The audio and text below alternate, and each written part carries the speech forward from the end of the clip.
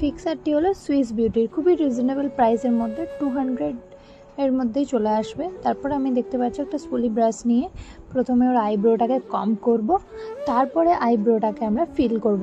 Eyebrow কখনোই কিন্তু সামনের দিকটা ডিপ করে দেবে না, সবসময় মিডল পোর্শন থেকে, দেখো আমি যেভাবে করলাম, মিডল পোর্শন থেকে প্রোডাক্ট দেবে, তারপর কিন্তু সেটাকে বারবার করে স্মাচ করে করে পুরো আইব্রোটা ফিল করবে। অ্যান্ড যেটা এক্সট্রা হয়ে যাবে সেটা তারপর তোমরা স্পুলিটা দিয়ে আরেকবার কম করে এক্সট্রা প্রোডাক্টটা ঝেড়ে নেবে, ঠিক যেমন আমি করলাম। ঠিক এইভাবেই করতে হয়।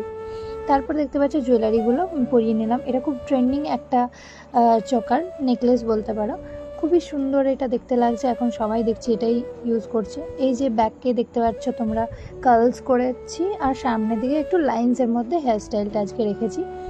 এই যে ওকে সিঁদুর পরানোর আগের লুকটা, আর এই যে সিঁদুর পরানোর এবার পরের লুকটা, তোমরা দেখতেই পাচ্ছ কেমন লাগছে, কত সুন্দর লাগছে। আর শাড়িটা একটু অন্য স্টাইলে পরিয়েছি, পুরোটা দেখে নাও। একবার ও টার্ন করলো, আর হেয়ারে একটা গাজরা দেওয়া আছে। তারপরেই আমাদের ফটোগ্রাফার দাদারা চলে আসে ফটোশ্যুটের জন্য। একটা ছোট্ট অ্যানাউন্সমেন্ট, তোমরা যারা আমার কাছে ক্লাস করতে চাইছো, জুলাইয়ের 22 তারিখ থেকে আমি নিউ 3rd ব্যাচ স্টার্ট করছি।